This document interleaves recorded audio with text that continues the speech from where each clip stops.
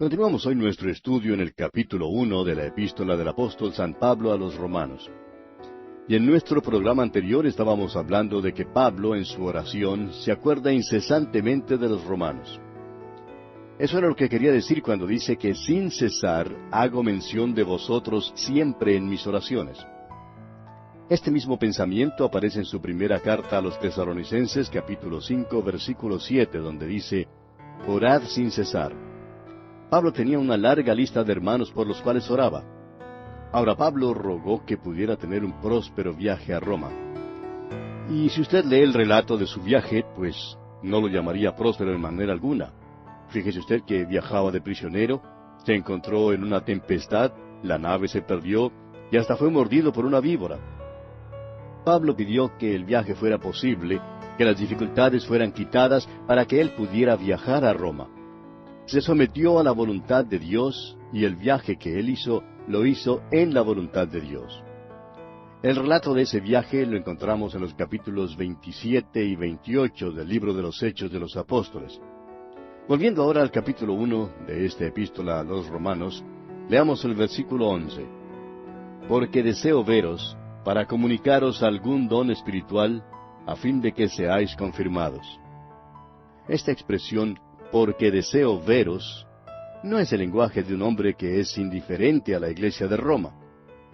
Pablo quería enseñarles la palabra de Dios. Él amaba el enseñar la palabra de Dios.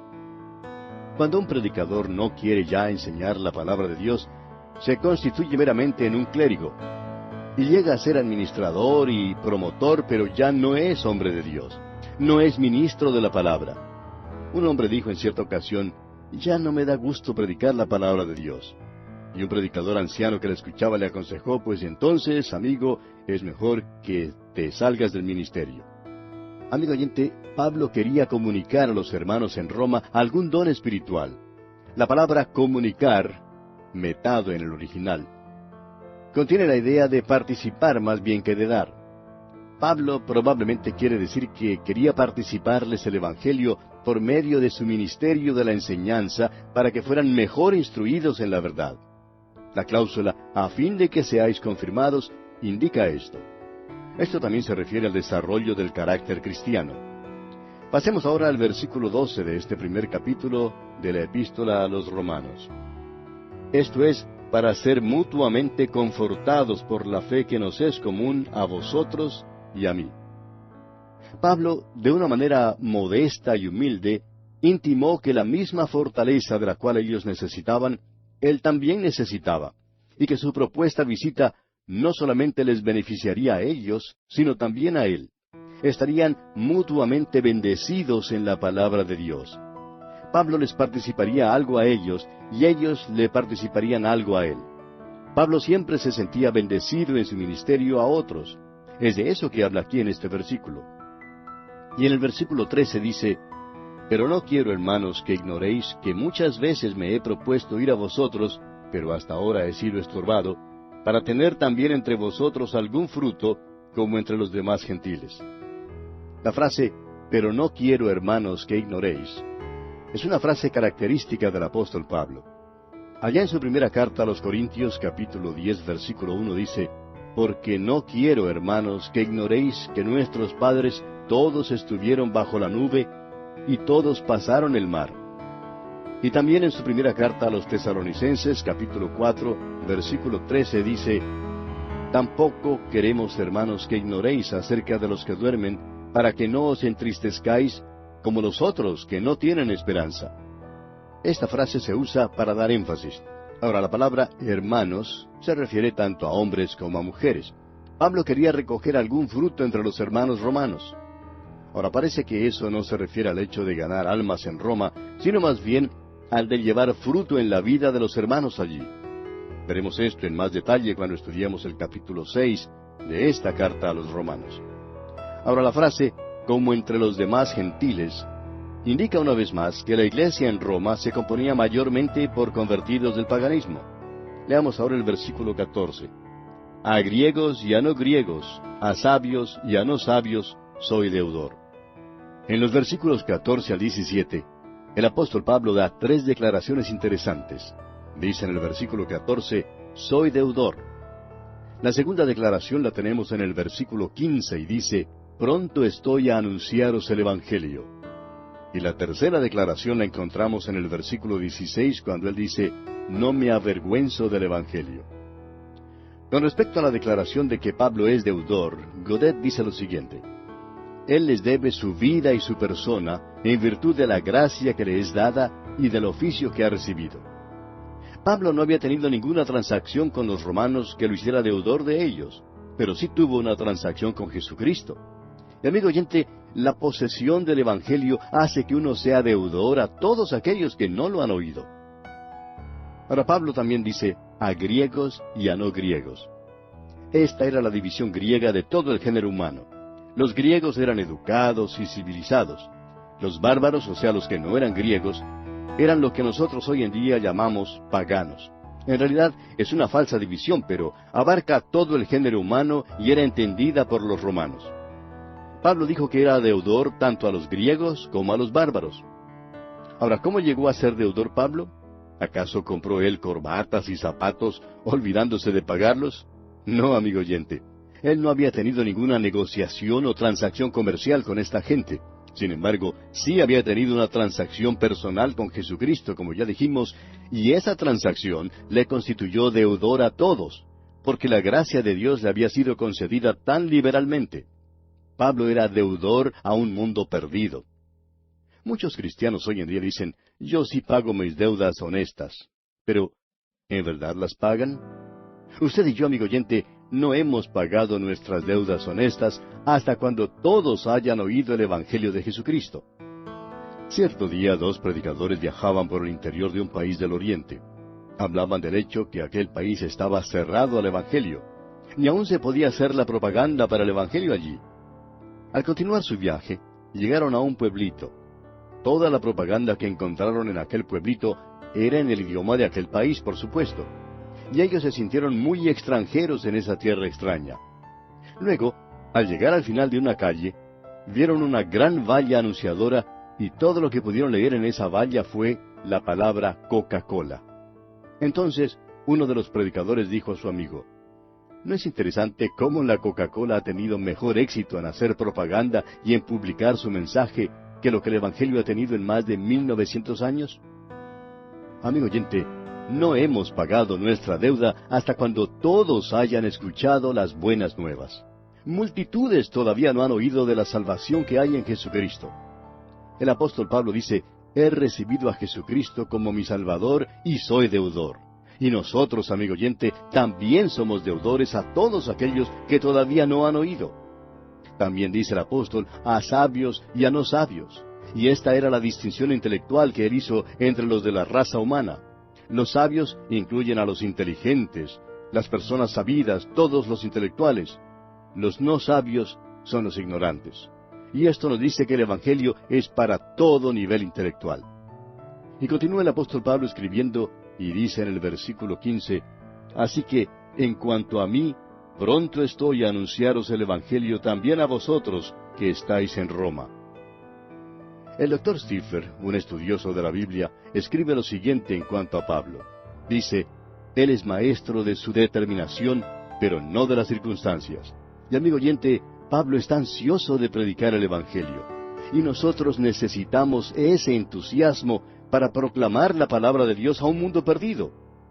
La frase, también a vosotros que estáis en Roma, se limita a la iglesia en Roma y no se refiere a toda la población. Toda esta introducción íntima que encontramos en los versículos 8 hasta el 15 es limitada a la iglesia en Roma.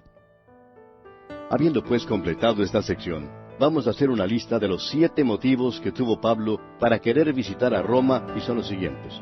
Primero, la voluntad de Dios, como lo vemos en el versículo 10. En segundo lugar, un anhelo de ver a los santos, según el versículo 11. En tercer lugar, comunicar un don espiritual, conforme al mismo versículo 11. En cuarto lugar, para que tanto Pablo como los hermanos en Roma fueran mutuamente confortados, como lo vimos en el versículo 12. En quinto lugar, tener algún fruto en Roma, conforme al versículo 13. En sexto lugar, pagar su deuda, según vimos en el versículo 14. Y en séptimo y último lugar, Pablo está pronto para anunciar el Evangelio, como acabamos de verlo aquí en el versículo 15. Veamos ahora la revelación de la justicia de Dios en el Evangelio. Leamos el versículo 16. Porque no me avergüenzo del Evangelio, porque es poder de Dios para salvación a todo aquel que cree, al judío primeramente, y también al griego.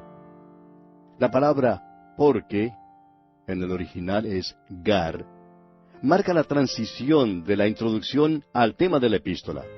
La frase no me avergüenzo es el negativo que se usa en griego para dar énfasis. El apóstol Pablo en realidad se gloría en el Evangelio, aunque éste condena a los hombres y presenta a un Salvador crucificado y humillado. Los versículos 16 y 17 constituyen la respuesta de Pablo a cualquiera que creyera que le había faltado confianza en el Evangelio en Roma. En esta sección vemos las tres misiones de Pablo. Escuche bien. Primero, soy deudor en el versículo 14, y esta es la admisión. En segundo lugar, pronto estoy en el versículo 15, y esta es la remisión. Y en tercer lugar, no me avergüenzo en el versículo 16, y esta es la sumisión. Pablo dijo que no se avergonzaba del Evangelio. ¿Por qué? Si usted visita las ruinas de Éfeso, puede ver muchos magníficos templos de mármol.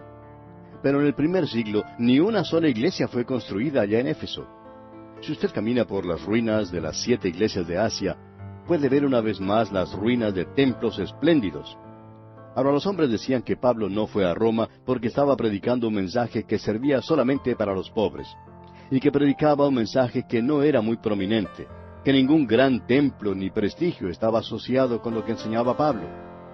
El templo de Diana en Éfeso, por ejemplo, era un tributo a la enseñanza de una religión, aunque era falsa. Pero ningún templo fue construido después que Pablo predicó el Evangelio. Y decían que fue por eso que Pablo se avergonzaba de llegar a Roma. Pero Pablo dijo que no se avergonzaba, dijo que el Evangelio era poder. Y el énfasis aquí está sobre el Evangelio, es decir, sobre lo que hace más bien que sobre su origen. El Evangelio es poder, dunamis en el original, es poder de Dios. Esta misma palabra aparece en su primera carta a los Corintios capítulo 1, versículo 18, donde leemos, porque la palabra de la cruz es locura a los que se pierden, pero a los que se salvan, esto es a nosotros, es poder de Dios. El Evangelio, amigo oyente, tiene poder inherente y residente. El doctor Vincent, otro estudioso de la Biblia, dice que el poder de Dios es una energía divina. Nuestra palabra dinamita se deriva de esta palabra para poder. Lamentablemente, esta palabra no fue reservada para lo que han nombrado equivocadamente poder atómico. El humilde átomo ha desmentido su nombre. La palabra átomo se deriva de una palabra griega que quiere decir que no puede ser partido ni dividido. Y los científicos pusieron este nombre átomo a lo que ellos creían que era la partícula más pequeña de la materia. Pero se equivocaron, porque el secreto del poder atómico está precisamente en su fisión. Esto es lo último en poder, y esa es la alegación que Pablo hace para el Evangelio. El Evangelio tenía poder en los tiempos de Pablo, y todavía hoy en día tiene poder. El Evangelio tiene poder para un propósito definido. Es poder de Dios para salvación. Ese es el fin y la realización del Evangelio. La palabra salvación es el término que incluye todo el Evangelio. La palabra griega soterión simplemente significa salvación, pero la Biblia la usa para comprender todo, desde la justificación hasta la glorificación. Constituye tanto un acto como un proceso. Es igualmente verdad que Dios primero me salvó, segundo me salva y tercero me salvará. Este mensaje es para todos. Comprende a toda la raza humana sin consideración a obstáculos raciales o religiosos. Es personal porque es dirigido a todo individuo. Quien quiera puede venir. Es universal en alcance, pero es limitado a todo aquel que cree. Y aquí tenemos tanto la predestinación como el libre albedrío. El único método de procurar la salvación es por medio de la fe. Ahora, la frase, al judío primeramente, y también al griego, no implica que el judío tenga primera prioridad al Evangelio hoy en día, sino que más bien tuvo acceso al Evangelio primero cronológicamente. Hoy el judío está a la par del gentil en cuanto al Evangelio. pero el Evangelio fue dado primero al judío cronológicamente. Si usted hubiera estado en Jerusalén en el día de Pentecostés, habría descubierto que fue una reunión de judíos solamente. El doctor Lucas escribió lo siguiente en cuanto a Pablo, allá en el libro de los Hechos de los Apóstoles, capítulo 13, versículo 46, donde dice: Entonces Pablo y Bernabé, hablando con denuedo, dijeron: A vosotros a la verdad era necesario que se os hablase primero la palabra de Dios. Mas puesto que la desecháis y no os juzgáis dignos de la vida eterna, he aquí nos volvemos a los gentiles. El Evangelio se divulgaba de Jerusalén a Judea, a Samaria y hasta lo último de la tierra. El doctor Stifler señala tres verdades en el versículo 16, y son, primero, el efecto del Evangelio, o sea, la salvación. En segundo lugar, el alcance es mundial, a todos. Y en tercer lugar, la condición, que es la fe en Jesucristo. Pasemos ahora al versículo 17 de este capítulo 1 de la epístola del apóstol Pablo a los Romanos. Porque en el Evangelio la justicia de Dios se revela por fe y para fe, como está escrito: mas el justo por la fe vivirá. Ahora leemos aquí: porque en el Evangelio la justicia de Dios se revela.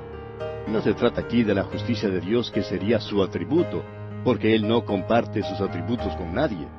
Tampoco es la justicia del hombre, porque Dios ya ha dicho que no acepta la justicia de los hombres. Allá en el libro de Isaías, capítulo 64, versículo 6, leemos: Si bien todos nosotros somos como suciedad, y todas nuestras justicias como trapo de inmundicia, y caímos todos nosotros como la hoja, y nuestras maldades nos llevaron como viento. Este versículo habla más bien de la justicia imputada de Cristo, que pone en Cristo a un pecador perdido. Cuando usted, amigo oyente, acepta a Jesucristo como su Salvador personal, Dios le ve a usted en Él, en Cristo. Usted queda absolutamente aceptado por lo que Cristo ha hecho por usted. El único método de procurar esta justicia es por la fe. Es una justicia por fe. No se puede trabajar para obtenerla. No se puede hacer un depósito por ella. No se la puede comprar. La puede conseguir únicamente mediante la fe.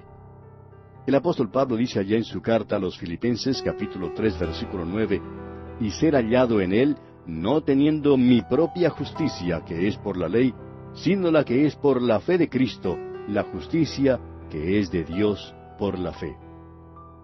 Ahora, una traducción literal del versículo 17 dice: una justicia de Dios se está revelando. Una justicia, en el original es dikaiosune. Y esta palabra aparece 92 veces en el Nuevo Testamento.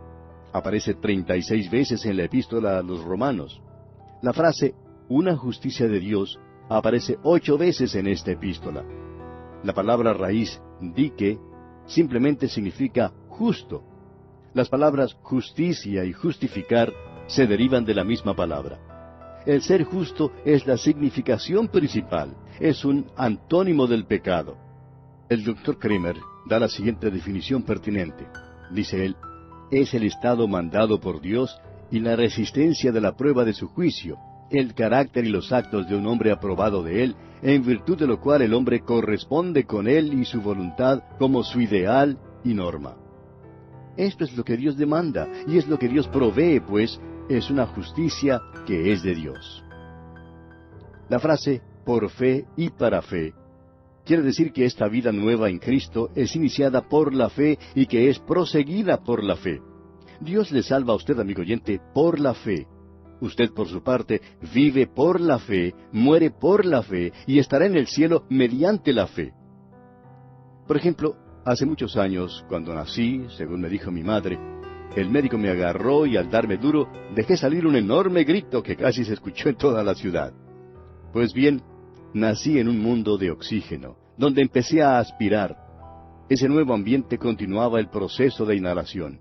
Nací por oxígeno para oxígeno, por ambiente para ambiente, por aire para aire. Más tarde, cuando ya era un joven de 15 años, me salvé por fe.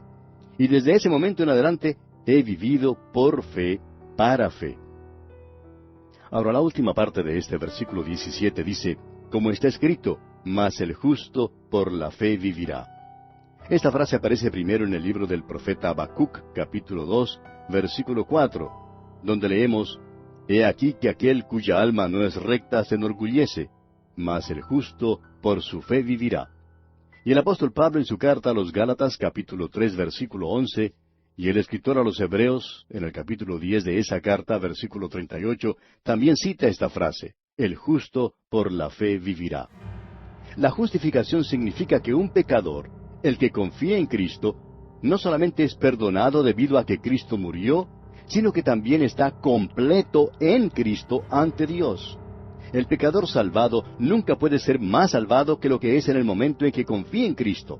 Jesús lo hizo todo.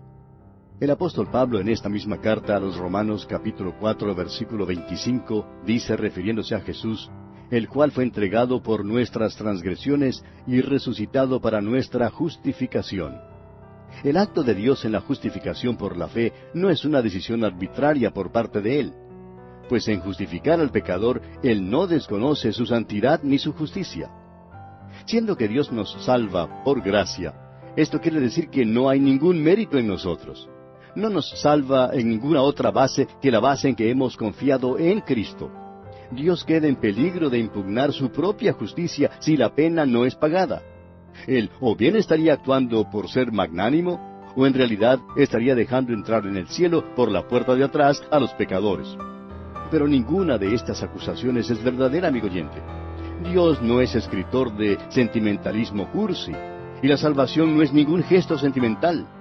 La salvación se apoya en un fundamento justo, siendo justificados gratuitamente por su gracia mediante la redención que es en Cristo Jesús. Cristo pagó la pena por nuestro pecado, y nuestra salvación se apoya sobre fe en su sangre. Y aquí, amigo oyente, vamos a detenernos por hoy, porque nuestro tiempo desafortunadamente ha concluido una vez más. Continuaremos este muy interesante estudio en nuestro siguiente programa.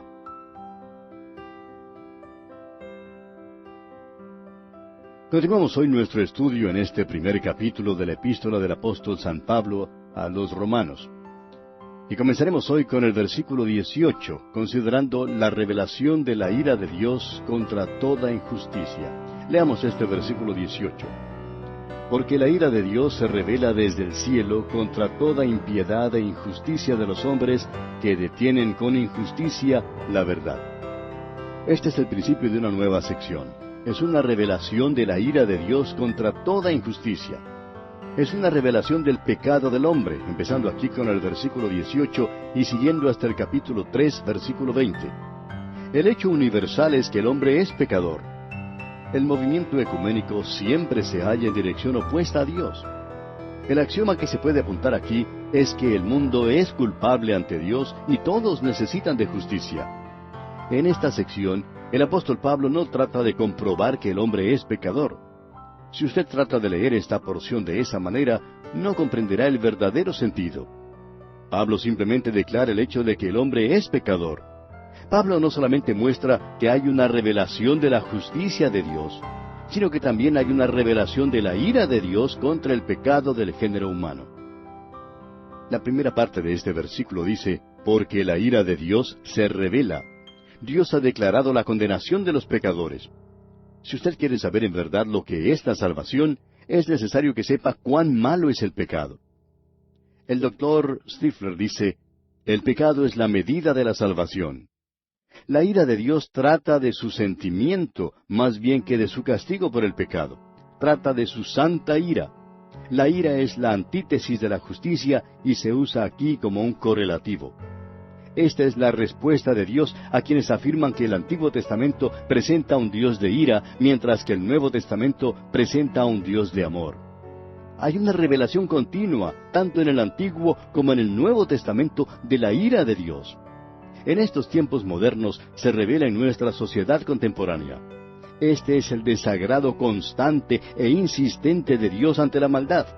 Él no cambia. Dios, amigo oyente, es misericordioso, no porque es blando con el pecado, sino porque Cristo murió. El Evangelio no ha cambiado la actitud de Dios hacia el pecado. El Evangelio ha hecho posible que Él acepte al pecador. El pecador debe tener o bien la justicia o la ira de Dios. Ambas se revelan desde el cielo. ¿Quiere usted saber cuán malo es el pecado? Mire los casos de enfermedad a su alrededor, causados por el SIDA, por ejemplo. Nadie, amigo oyente, nadie puede salir bien con el pecado. El juicio de Dios es revelado desde el cielo contra todo pecado e impiedad. La impiedad es lo que está contra Dios, es la negación del carácter de Dios, la irreligiosidad, el desconocimiento de la misma existencia de Dios. Y Dios aborrece ser desconocido. Eso es pecado. La injusticia es contra el hombre y la impiedad es contra Dios. Ahora, ¿qué significa la injusticia contra el hombre? Significa la negación de la soberanía de Dios. Es la acción del alma. El hombre que se emborracha y sale a la autopista y viola todos los reglamentos de tráfico y mata a alguien, peca contra su prójimo. El hombre que es falso en sus negocios también es injusto con su prójimo. Y Dios, amigo oyente, aborrece eso y lo juzgará. El apóstol Pablo en su segunda carta a los Tesalonicenses, capítulo 2, versículos 6 al 12, dice: Y ahora vosotros sabéis lo que lo detiene, a fin de que a su debido tiempo se manifieste. Porque ya está en acción el misterio de la iniquidad, solo que hay quien al presente lo detiene, hasta que él a su vez sea quitado de en medio. Y entonces se manifestará aquel inicuo, a quien el Señor matará con el espíritu de su boca, y destruirá con el resplandor de su venida. Inicuo cuyo advenimiento es por obra de Satanás, con gran poder y señales y prodigios mentirosos, y con todo engaño de iniquidad para los que se pierden, por cuanto no recibieron el amor de la verdad para ser salvos. Por esto Dios les envía un poder engañoso para que crean la mentira, a fin de que sean condenados todos los que no creyeron a la verdad, sino que se complacieron en la injusticia. Hay muchos que conservan el pecado y que tratan de reprimirlo, pero la ira de Dios será revelada. Aquellos que detienen la verdad divina por vivir pecando, caerán bajo el juicio de Dios. Y pasamos ahora a considerar la revelación de la persona y el poder de Dios en la creación. Leamos los versículos 19 y 20 de este primer capítulo de la Epístola a los Romanos. Porque lo que de Dios se conoce les es manifiesto, pues Dios se lo manifestó. Porque las cosas invisibles de Él, su eterno poder y deidad, se hacen claramente visibles desde la creación del mundo, siendo entendidas por medio de las cosas hechas, de modo que no tienen excusa. El universo en el cual vivimos nos dice dos cosas en cuanto a Dios: su persona y su poder. Desde el tiempo en que el mundo fue creado, le ha sido posible al hombre ver el eterno poder y deidad de Dios. Ahora, ¿cómo pueden ser vistas las cosas invisibles?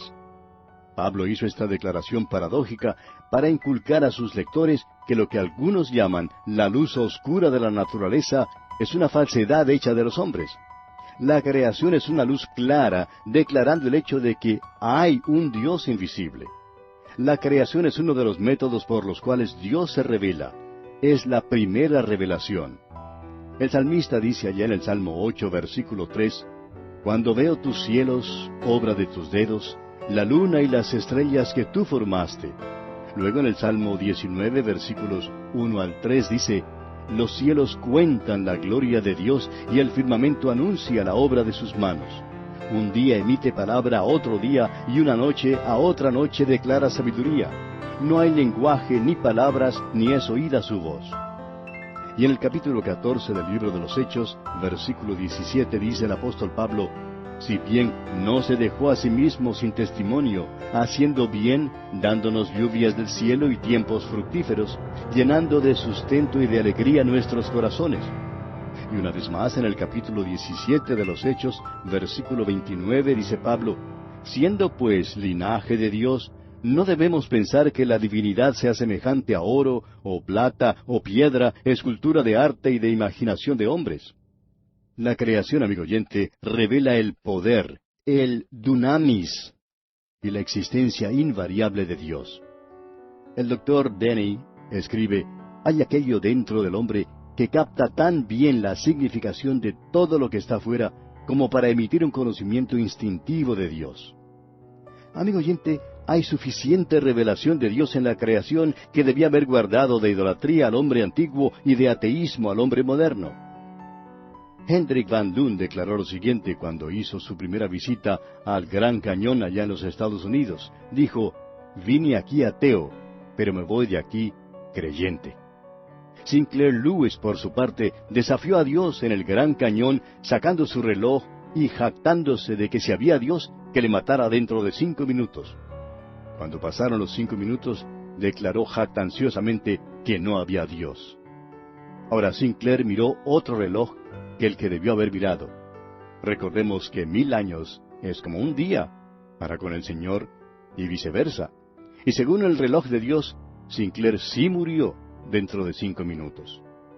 Creemos que lo más ridículo en el mundo es un ateo. Un ateo es lo más ilógico, lo más insensato, es lo más estúpido, si se puede decir. El Salmo 14, versículo 1 dice el necio en su corazón, no hay Dios. Y la palabra para necio en este versículo significa loco. Sí, amigo oyente, alguien que niega la existencia de Dios es alguien que está loco. Ahora la última parte del versículo 20 dice, de modo que no tienen excusa. Fue el propósito de Dios hacerlo así de esta manera, que no tuvieran excusa alguna. Esta sección revela la base histórica del pecado del hombre. No acaeció debido a una enfermedad ni a la ignorancia del hombre. Fue una rebelión voluntaria del hombre ante la luz clara. Hasta aquí Pablo nos ha dicho que hay una revelación natural de Dios. La naturaleza tiene lo suficiente en ella como para que el hombre no se desvíe. La naturaleza revela que hay un Dios y que tiene poder. La revelación natural de Dios debe traer al hombre al lugar donde se doblegue ante su Creador. Y cuando el hombre se doblega ante Dios, se dará cuenta que hay una revelación especial de Dios, y es la palabra de Dios la que revela que el Creador vino a la tierra, se hizo hombre, caminó en la debilidad de la humanidad, y luego sufrió y murió en la cruz, para revelar el amor de Dios. Amigo oyente, usted no encontrará el amor de Dios en la naturaleza. ¿Quién no se siente absorto al contemplar la belleza del arco iris, por ejemplo? Sin embargo, cuando junto con ese arco iris sentimos la furia de una tormenta y una tempestad sobre nosotros, no podemos sentarnos a contemplar la belleza de los colores del arco iris. Amigo oyente, la naturaleza no es siempre buena. La naturaleza puede ser muy cruel cuando envía sus tempestades, los huracanes, los tornados y terremotos. Si usted se para junto a la boca, junto al cráter de un volcán, bastará solamente un paso para que entre en la eternidad debido a la ley de gravedad. Y el amor de Dios, amigo oyente, no le interceptará en ninguna parte mientras usted cae. ¿Por qué? Porque el amor de Dios se revela únicamente en un lugar, y ese lugar es la cruz de Cristo. Si usted pudiera convencerme que Dios fue simplemente un espectador de este mundo y que todo lo que hizo fue crearlo para demostrar su gran poder, pues yo estaría dispuesto a volverle la espalda. Pero Dios, amigo oyente, no se detuvo en la creación del universo únicamente. Él reveló también su amor. Su amor para con los pecadores fue mostrado por Jesucristo, cuando Él murió en la cruz llevando en su propio cuerpo los pecados del género humano. ¿Qué verdad más gloriosa es esta, amigo oyente? Ahora Pablo habla en cuanto a aquellos que tenían una revelación natural de Dios. Leamos los versículos 21 al 23 de este primer capítulo de la Epístola a los Romanos. Pues habiendo conocido a Dios, no le glorificaron como a Dios, ni le dieron gracias, sino que se envanecieron en sus razonamientos, y su necio corazón fue entenebrecido. Profesando ser sabios, se hicieron necios, y cambiaron la gloria del Dios incorruptible en semejanza de imagen de hombre corruptible, de aves, de cuadrúpedos y de reptiles. La historia del hombre no indica ningún grado de evolución, sino que declara más bien una relación sórdida de revolución. Si usted examina con cuidado este pasaje, descubrirá que el género humano dio 7 pasos hacia abajo desde el huerto de Edén. Este pasaje contradice la teoría o la hipótesis de la evolución. Nunca ha habido tal cosa como el dar un paso hacia arriba o el avanzar hacia arriba para el hombre. Estos 7 pasos conducen hacia abajo, hacia la oscuridad, más bien que hacia arriba a la luz. El hombre no está avanzando ni física, ni moral, ni intelectual, ni espiritualmente. La propensión del hombre es de ir hacia abajo. Claro que esto contradice todas las ontologías de religión, las cuales principian presentando al hombre en un estado primitivo, como algún tipo de cavernícola, con poca habilidad intelectual, que lentamente empezaba a adelantar en el campo intelectual y que finalmente empezó a acercarse a Dios. La verdad es que el hombre se está alejando de Dios. El mundo probablemente se halle más lejos de Dios en el día de hoy que lo que jamás se haya encontrado en toda su historia. Toda tribu primitiva tiene algún cuento o alguna tradición que compruebe el hecho de que en el principio conocieron a Dios. El Dr. Vincent lo expresó de la manera siguiente. Escuche usted. Creo que se puede comprobar de hecho que cualquier tipo de gente, inclusive los salvajes más viles, en cualquier período de su vida, sabían mucho más que lo que hicieron y que sabían lo suficiente como para poder adelantar cómodamente y poder desarrollarse si solo hubieran hecho lo que ningún hombre hace, si solo hubieran hecho lo que sabían que debían hacer y que podían hacer. Ningún tipo de gente ha vivido jamás conforme a la luz que han tenido. Ni siquiera el salvaje ha hecho eso. La tradición revela que alguna vez, en el principio, adoraban al Dios vivo y verdadero, pero cuando conocieron a Dios, se alejaron de Él. ¿Por qué? Porque no le glorificaron como a Dios. No le dieron su debido lugar y el hombre llegó entonces a ser independiente y altivo. No es extraño, pues, que los hombres proclamen en nuestros tiempos que Dios está muerto. En el pasado no hicieron ese anuncio, simplemente le volvieron la espalda a Dios e hicieron Dios al hombre. Pero ahora el hombre ha llegado al punto de querer declarar muerto a Dios. Los 7 pasos que conducen a la oscuridad son estos, escuche bien. Primero, habiendo conocido a Dios. Y aquí debiéramos leer mejor, conociendo a Dios. Ahora, esto no quiere decir un conocimiento personal o íntimo, sino que le conocieron como una persona y que vieron su poder en la creación. Por toda la Escritura se enseña que el hombre tuvo una revelación primitiva de Dios y que se apartó de ella. La caída del hombre en el huerto de Edén es una caída del conocimiento de Dios y de una comunión con Él. Cayó de la esfera del conocimiento de Dios y de la esfera de la comunión con Dios. Ahora, el segundo paso fue, no le glorificaron como a Dios. Aunque tenían un conocimiento de Dios, dejaron de darle el lugar que le correspondía en sus pensamientos y en sus vidas. Asumieron una actitud negativa en cuanto a Dios. El tercer paso es, ni le dieron gracias. El dejar de dar gracias a Dios revela que el hombre ha roto su relación con Dios. El dar gracias es parte integrante de la vida cristiana. El apóstol Pablo dice en su primera carta a los Tesalonicenses capítulo 5 versículo 18, Dad gracias en todo, porque esta es la voluntad de Dios para con vosotros en Cristo Jesús. La ingratitud constituye uno de los peores pecados. Shakespeare dijo, aborrezco más la ingratitud en un hombre que la mentira, la vanidad, la murmuración, la borrachera o cualquier otra mancha de vicio. El Señor Jesús, amigo oyente, sanó a 10 leprosos, pero solamente uno volvió para darle las gracias.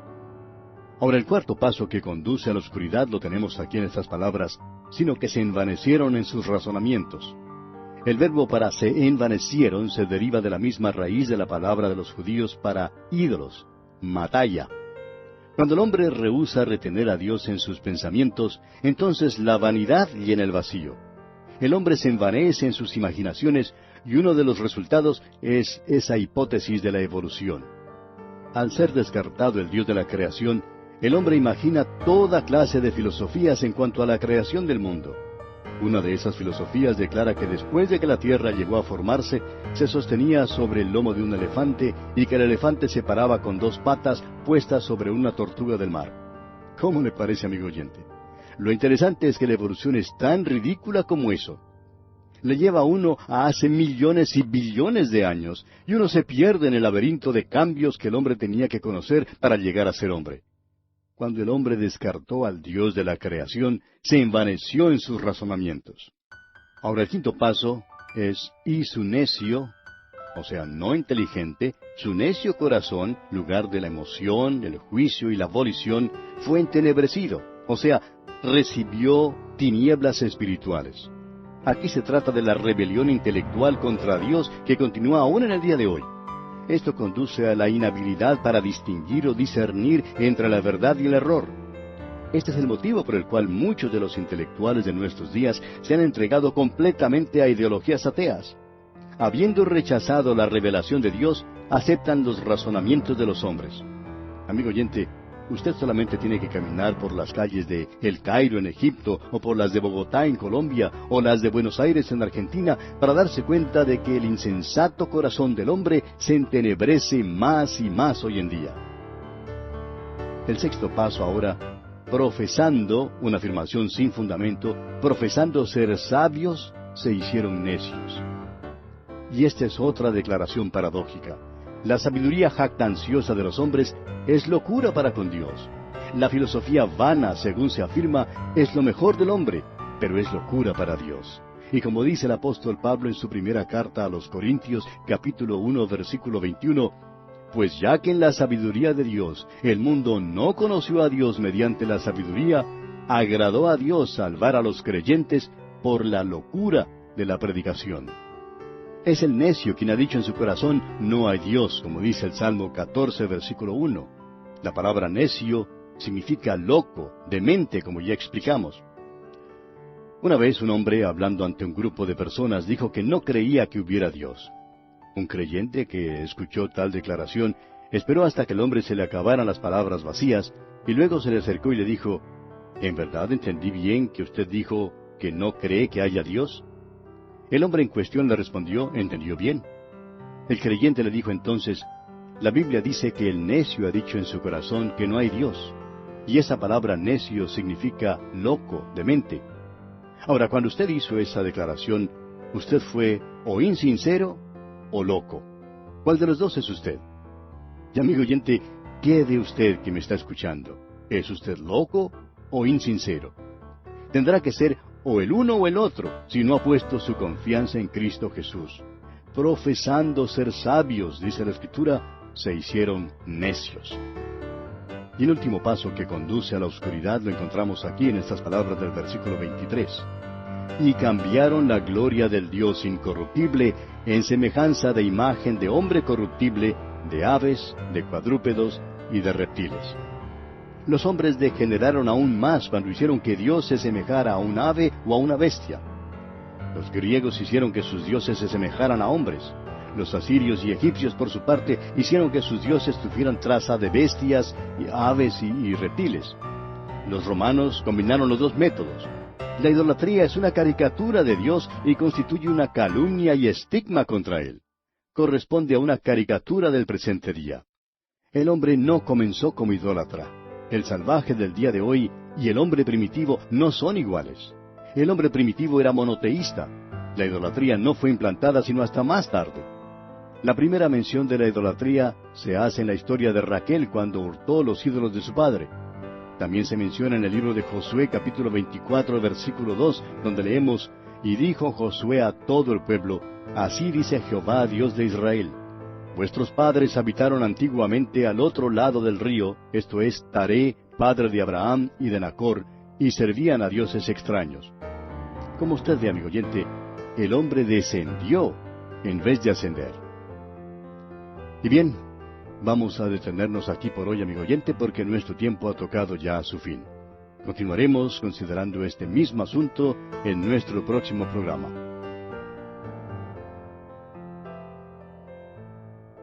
Continuamos hoy estudiando el capítulo 1 de esta epístola del apóstol Pablo a los Romanos.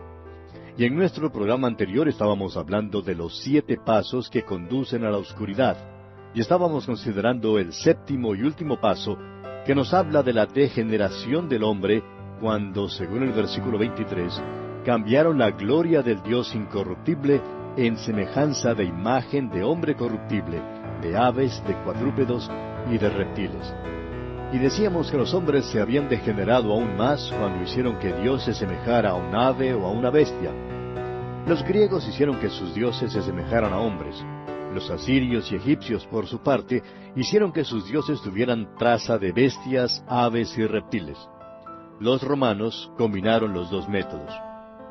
La idolatría, dijimos, es una caricatura de Dios y constituye una calumnia y estigma contra Él. Corresponde a una caricatura del día presente. Ahora, el hombre no principió como idólatra. El salvaje de hoy y el hombre primitivo no son iguales. El hombre primitivo era monoteísta. La idolatría no fue implantada sino hasta más tarde. La primera mención de la idolatría se hace en la historia de Raquel cuando hurtó los ídolos de su padre. También se menciona ya en el libro de Josué, capítulo 24, versículo 2, donde leemos: Y dijo Josué a todo el pueblo: Así dice Jehová, Dios de Israel: Vuestros padres habitaron antiguamente al otro lado del río, esto es, Taré, padre de Abraham y de Nacor, y servían a dioses extraños. Como usted ve, amigo oyente, el hombre descendió en vez de ascender. Muchas de las imágenes e ídolos paganos que los hombres han hecho son espantosos. La antigua ciudad de Éfeso, bajo el gobierno del Imperio Romano, alcanzó el grado de cultura más alto que cualquier ciudad jamás haya alcanzado. Sin embargo, el corazón de la adoración de esa ciudad fue una de las imágenes más horribles que se puede imaginar. Fue en el templo de Diana, una de las 7 maravillas del mundo antiguo, donde se encontró esta imagen llamada Diana. Las personas llegaban al templo y gritaban diciendo: «Grande es Diana de los Efesios», como nos dice el Dr. Lucas allá en el libro de los Hechos, capítulo 19, versículo 28. Diana no era una de las imágenes hermosas como aquella de la escultura griega.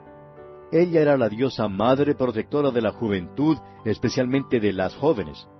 Tenía un tridente en una mano y un garrote en la otra. Y, amigo oyente, era muy mala. Una inmoralidad grasa tenía lugar en ese templo. Se practicaba una picardía de la peor.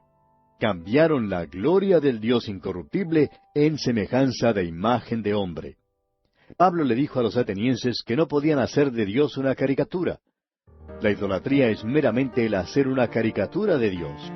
Constituye una calumnia y un estigma contra Él. Y vamos a decir ahora algo que seguramente remorderá a muchos hermanos que están a favor de esto, y es que personalmente no nos gusta ver los cuadros de Jesús.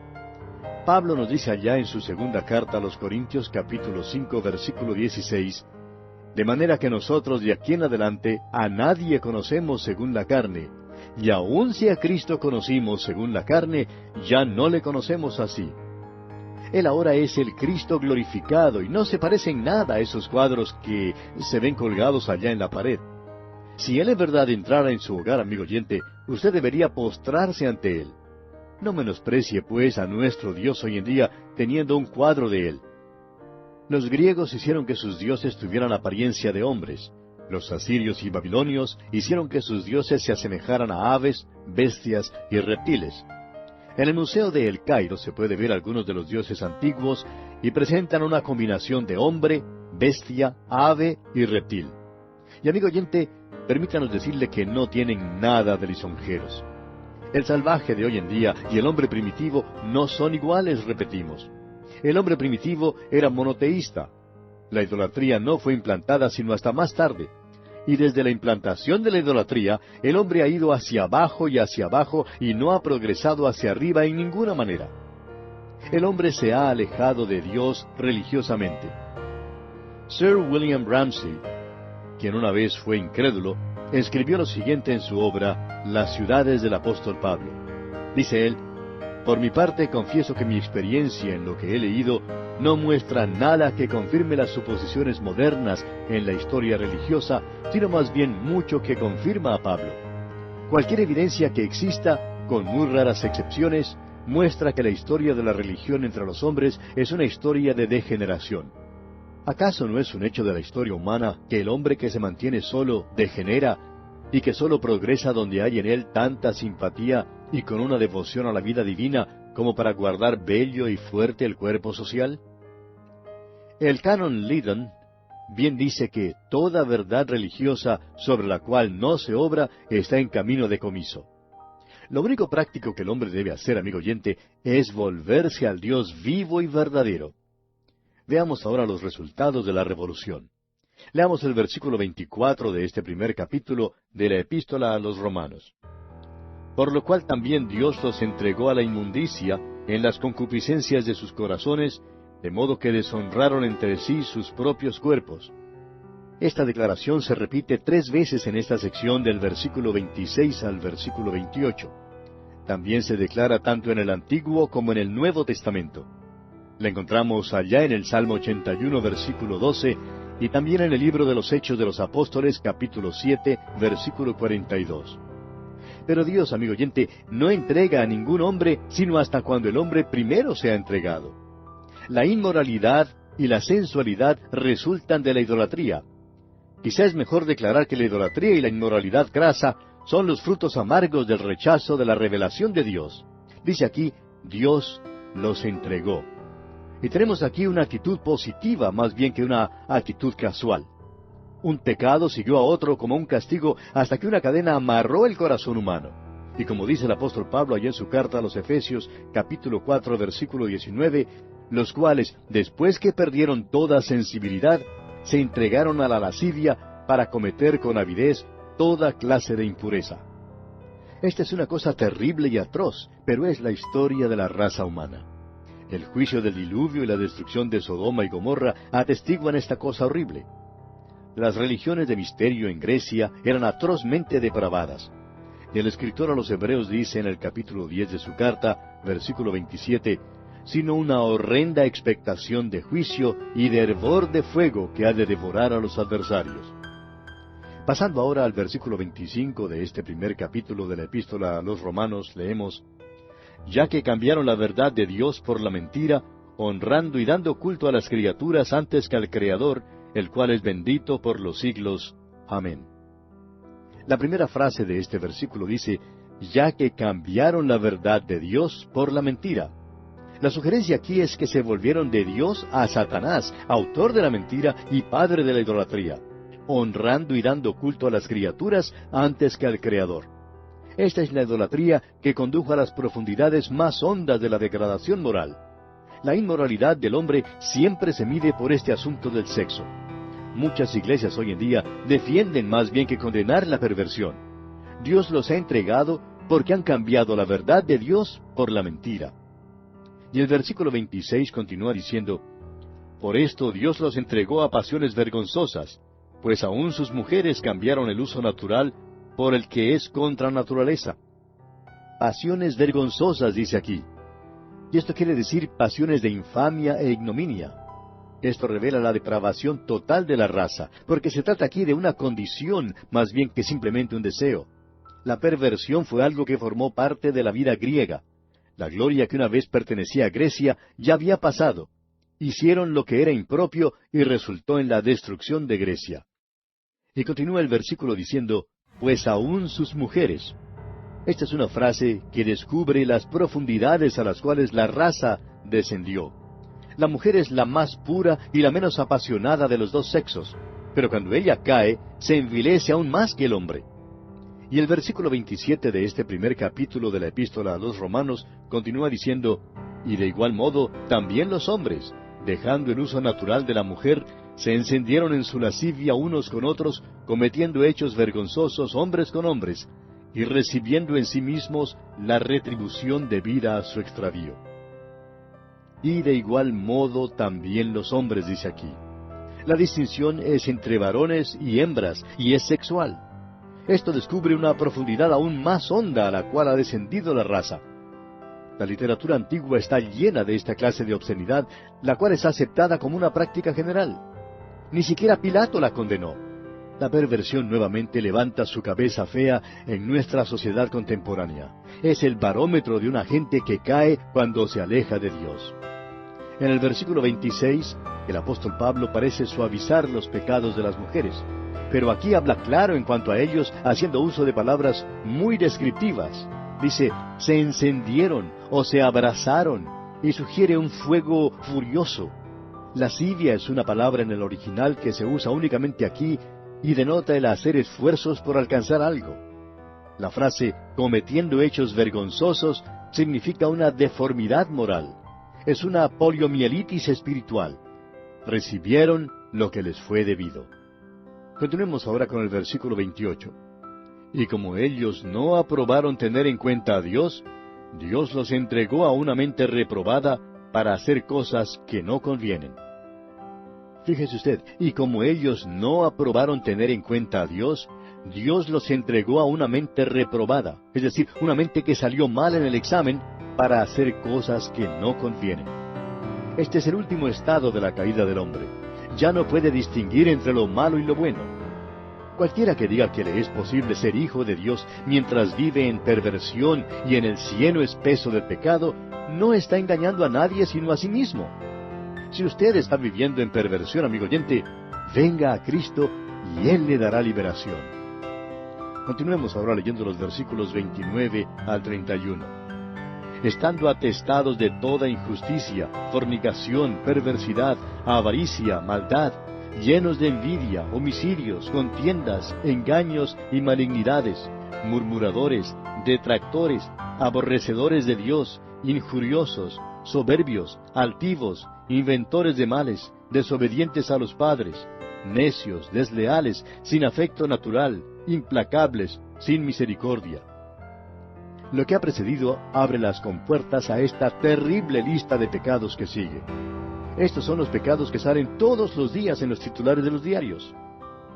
Un profesor de un instituto bíblico solía decir a sus estudiantes que compraran cualquier diario, ya fuera cosmopolita o metropolitano, y que se sentara para entresacar sus titulares, y podrían ver o encontrar un titular para cada pecado que se menciona aquí en estos versículos. Esta es la condición del mundo hoy en día. ¿Por cuánto tiempo más será Dios paciente para con nosotros, tolerando nuestros pecados? Él ha juzgado a grandes naciones en el pasado que prosiguieron en esta dirección. Aquí se nombra 21 pecados aterradores. Es difícil clasificarlo. Dice, estando atestados, o sea, llenos, indica que hay una medida cabal de retribución. Esto denota una depravación total. Demos ahora un vistazo a esta lista horrorosa de pecados. En primer lugar tenemos toda injusticia. Estos primeros pocos términos son generales más bien que específicos. El Evangelio ofrece una justicia al hombre quien tiene todo lo que es opuesto a lo que Dios demanda. Toda injusticia es contraria a Dios. Ahora la palabra fornicación no se encuentra en los mejores manuscritos. Es específico entre generalidades y en realidad no pertenece aquí. En segundo lugar tenemos la perversidad, que significa toda clase de maldad. Los hurtos, las avaricias, las maldades, el engaño, la lascivia, la envidia, la maledicencia, la soberbia, la insensatez, como lo vemos ayer en el Evangelio según San Marcos, capítulo 7. En tercer lugar tenemos la avaricia, y quiere decir literalmente un deseo pecaminoso por adquirir más, y está asociado contiguamente con la palabra que se usa para perversidad. El apóstol Pablo en su carta a los Colosenses capítulo 3 versículo 5 la llama idolatría. Dice el apóstol, haced morir pues lo terrenal en vosotros, fornicación, impureza, pasiones desordenadas, malos deseos y avaricia, que es idolatría. Ahora en cuarto lugar tenemos la maldad, que significa toda maldad moral. En quinto lugar, llenos de envidia. Y esto marca una lista de pecados específicos.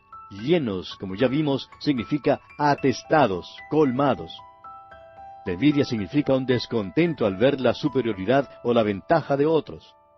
En sexto lugar leemos homicidios, y aquí significa aún el pensamiento de homicidio. Esto confirma la declaración que el Señor Jesucristo hizo allá en el Evangelio según San Mateo, capítulo 5, versículos 21 y 22, donde leemos, oísteis que fue dicho a los antiguos, no matarás, y cualquiera que matare será culpable de juicio. Pero yo os digo que cualquiera que se enoje contra su hermano será culpable de juicio, y cualquiera que diga necio a su hermano será culpable ante el concilio, y cualquiera que le diga fatuo quedará expuesto al infierno de fuego. En séptimo lugar, en esta lista de pecados tenemos contiendas.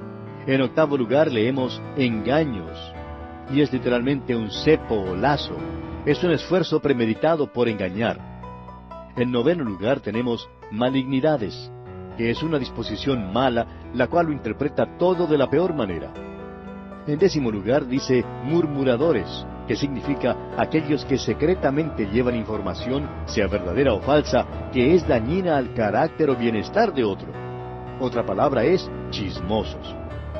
En undécimo lugar tenemos los detractores, que significa literalmente los que hablan maldad. La persona a quien atacan puede estar presente. En decimosegundo lugar tenemos a los aborrecedores de Dios, y esto aquí indica el sentir y el dejar ver este aborrecimiento. En 13º lugar vienen los injuriosos, o sea, los ultrajadores. En 14º lugar están los soberbios, que quiere decir altaneros o arrogantes. En 15º lugar leemos altivos. Simplemente significa fanfarrones, y se deriva de una palabra que significa vagar. De allí la palabra vagabundo o impostor. En 16º lugar están los inventores de males, o sea, los ingeniosos para el mal, los que sólo ingenian y piensan maldades. En 17º lugar vienen los desobedientes a los padres, o sea, rebeldes a sus padres.